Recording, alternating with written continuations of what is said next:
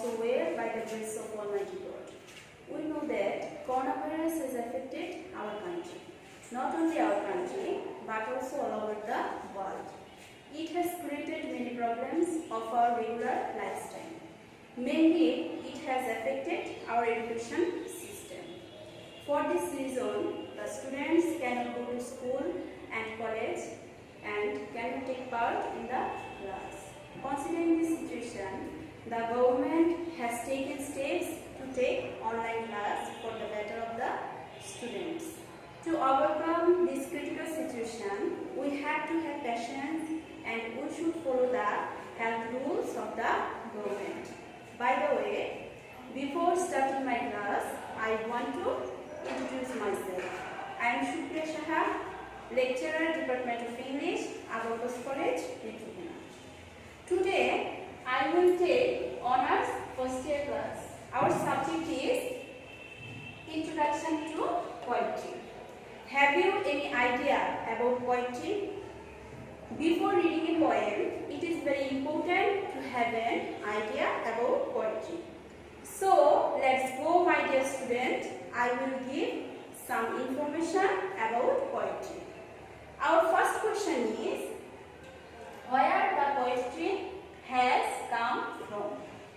The word poetry has come from the Greek word poem or poesis, which means to read.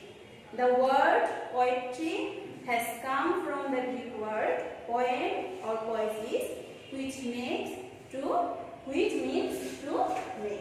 Then the question is, what is the definition of poetry? A poetry is a metrical composition that conveys a certain meaning or meanings. It is also called verse. It is collective and its singular is poem. In the Middle Ages, poetry was used to mean literature. Many writers have given many definitions of poetry.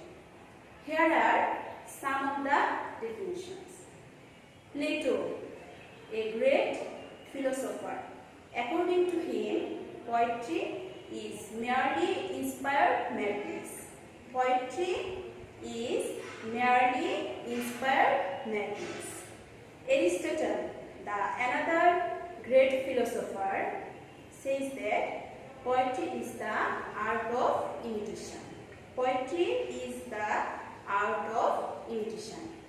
According to Sir Philip Sidney, a great literary critic of English literature, poetry is a speaking picture with dissent, teach and delight. Then William Wordsworth, 19th century romantic poet, who is considered as a poet of nature, defines that poetry is the spontaneous overflow of powerful feelings recollected in tranquility. Percy Bysshe Shelley, another great romantic poet of the 19th century, according to him, poetry is the expression of the imagination.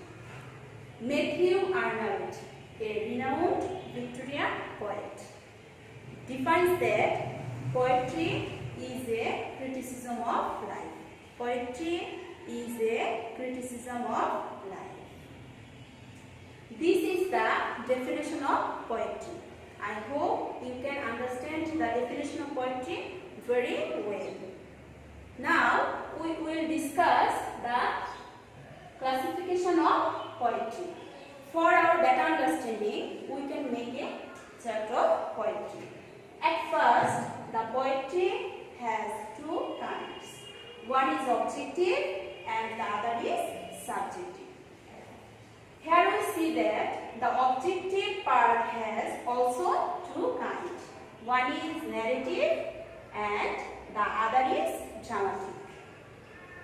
And the subjective part has only one kind. This is called lyric. Here we see that the narrative part has three kinds. These are ballad, epic and metrical romance. and the lyric has 6 kinds. These are elegy, sonnet, hymn, ode, dramatic monologue, and epithalamium. This is the classification of poetry.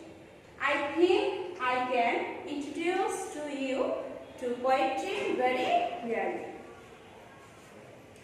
Today we will read the poem Piano, written by D.S. Lawrence. Who is the writer of the poem Piano? D.S. Lawrence is the writer of the poem Piano. The full name of D.S. Lawrence is David Herbert Lawrence. He was a famous novelist of the 20th century. Not only he was a famous novelist, but also he was a great poet, a great literary critic, and a great short story writer. He was born in Eastwood, Nottinghamshire, England on September 11, 1885. His father was a coal miner and his mother was a school teacher. In 1912, he married Frida Whitler, who was senior to him by 6 years. He died of tuberculosis near a place called Vence in France in 1930 at the age of 44. Lawrence first appeared as a poet with magazine contribution, and he continued to write poetry throughout his life. In his life, he has written many poems, such as love poems and others.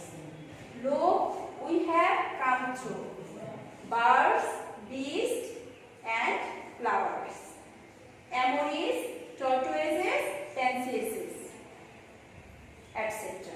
Among these poems, the Piano is a very famous poem. His poetry is marked by an overwhelming spontaneity, direct simplicity of utterance, and disregard for careful craftsmanship. What type of poem is piano? A piano is a lyric. Now the question has come, what is lyric? A lyric is a short poem expressing personal or subjective thoughts and feelings of a single speaker. Its main features are, it is shorter than epic, mock epic, and metrical romance. A single speaker speaks. It expresses personal thoughts and feelings. Its diction is lucid and soft sounding.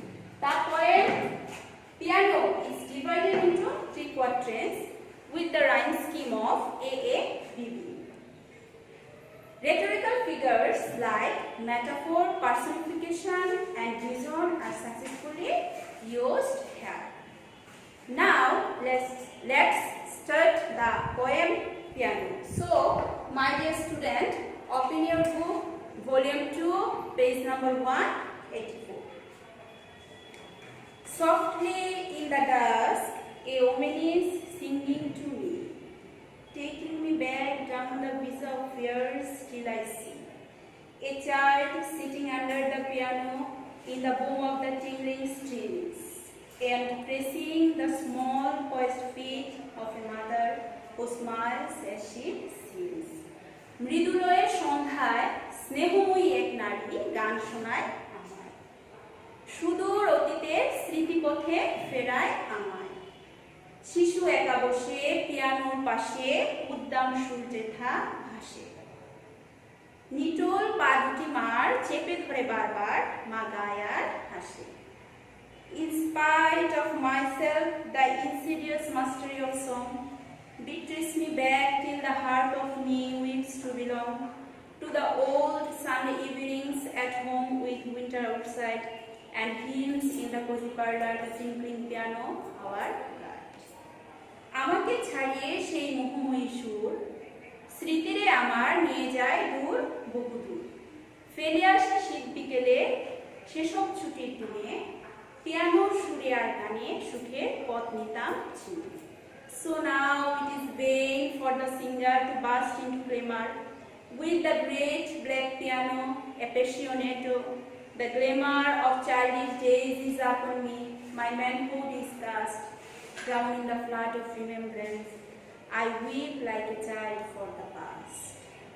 পিয়ানোর বাদনে বা গীত সঙ্গীতে সেই সুরাজ উঠা, বৃহদায়তন কালো পিয়ানোর সব টান যায় বৃথা। বালককালের সেসব স্মৃতিতে ঢাকা পড়ে পরিণত মন, প্লাবিত স্মরণে ফিরে পেতে সেদিনে কাঁদি শিশুর মতো। Students, do you know what is piano, or do you familiar with piano? Actually, the piano is a musical instrument. It is large in size than other musical instruments. Generally, by playing piano, people sing a song. In the first stanza, the poet says that a woman is singing pleasantly with a piano in the dark, and the sound of the piano takes the poet back down the vista of fears.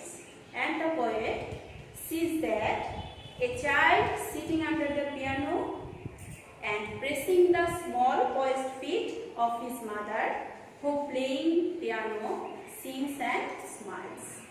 In the second stanza, the poet reveals that the sound of the piano takes him back to his childhood days, and when he used to listen to his mother playing piano.